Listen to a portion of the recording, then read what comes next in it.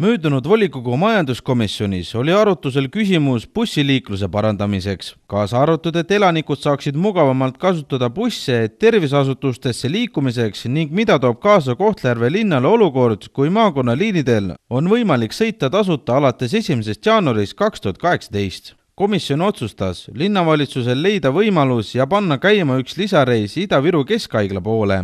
Telekanal Lites otsustas pöörduda transpordi peaspetsialist Andrei Polutetkini poole küsimusega, et mida on linnavalitsus ette võtnud selleks, et käivitada lisaliin. Volikogu komisjonil otsustati, et tuleb käiku panna lisareis, et inimestel oleks siiski võimalik jõuda õigel ajal haiglasse. Ja alates 15. aprillist pannakse käiku uus lisareis liinil number 28B, mis hakkab väljuma kell 7 hommikul Vanalinnast.